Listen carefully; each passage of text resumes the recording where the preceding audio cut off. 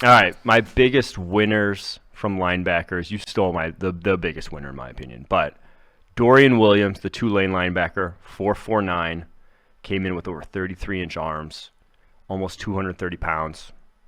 Boom. Those are great numbers. He's a top 100 linebacker on the PFF board. I think his ability in coverage is probably top 4 in this draft class as just a pure cover player, and has really, really broad shoulders, really massive wingspan. I think almost like a 6'10" wingspan. Like, he is a uniquely built dude who I would love to see, put in a weak side linebacker role that really just taps into that physical ability. So he's a winner. And then I think Diane Henley, who's PFF's LB1, to go 4.54, 35-inch vertical, 10.5 broad jump, basically just saying, whatever you want him to do athletically, he is more than capable of. Yeah, my winner was Jack Campbell from Iowa, who just put up like an impressive workout top to bottom. 4.65 in the 40, a 10-yard split under 1.6 seconds, 37.5-inch vertical, which is pretty crazy at, what do you weigh in at, 249 pounds, 10'8" broad jump, 3-cone, 6.74.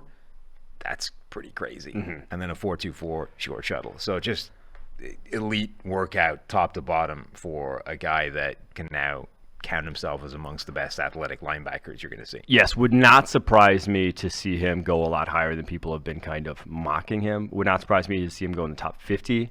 One, awful linebacker class. Probably the worst linebacker class I've seen in the 9 years of PFF creating college. It's not good. Two, look at the weights of pretty much everyone else that tested at the combine. Every guy we've mentioned besides him so far has been under 240 pounds. Or 230 pounds, excuse me. Like, this is a light linebacker class. 249 is prototypical. What everyone wants. Right. What the vast majority of defense at the NFL still want. One of those guys at least.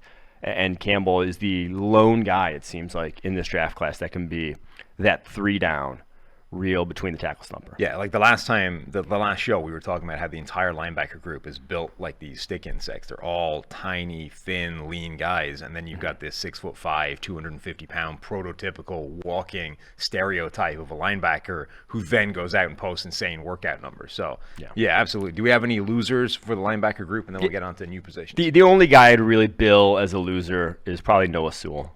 I wasn't super high in his prospects to begin with. I think he's a really limited in terms of what he can do in coverage. And they really took him out of coverage at Oregon on tape because he's just, like, truthfully, he's an edge rusher. Like, that is what he does best. And it would not surprise me if that's where he ultimately falls in the NFL, despite, having a weird build by edge rusher standards. I mean, he's basically built like Micah Parsons, right? 6'1", 246, 31 5-inch arms. That's Micah Parsons.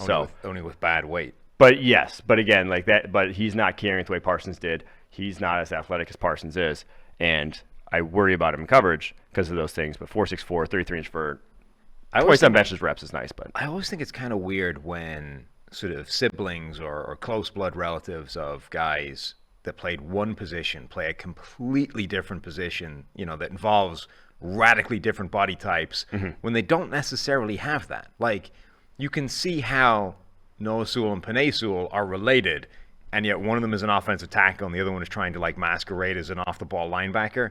It's like, that's not really, that body type does not transform into an off-the-ball linebacker body type without some fairly radical changes. Yeah. And you don't appear to have made that many radical changes. You're just like a smaller version of the other guy trying to play a position that's not really going to function.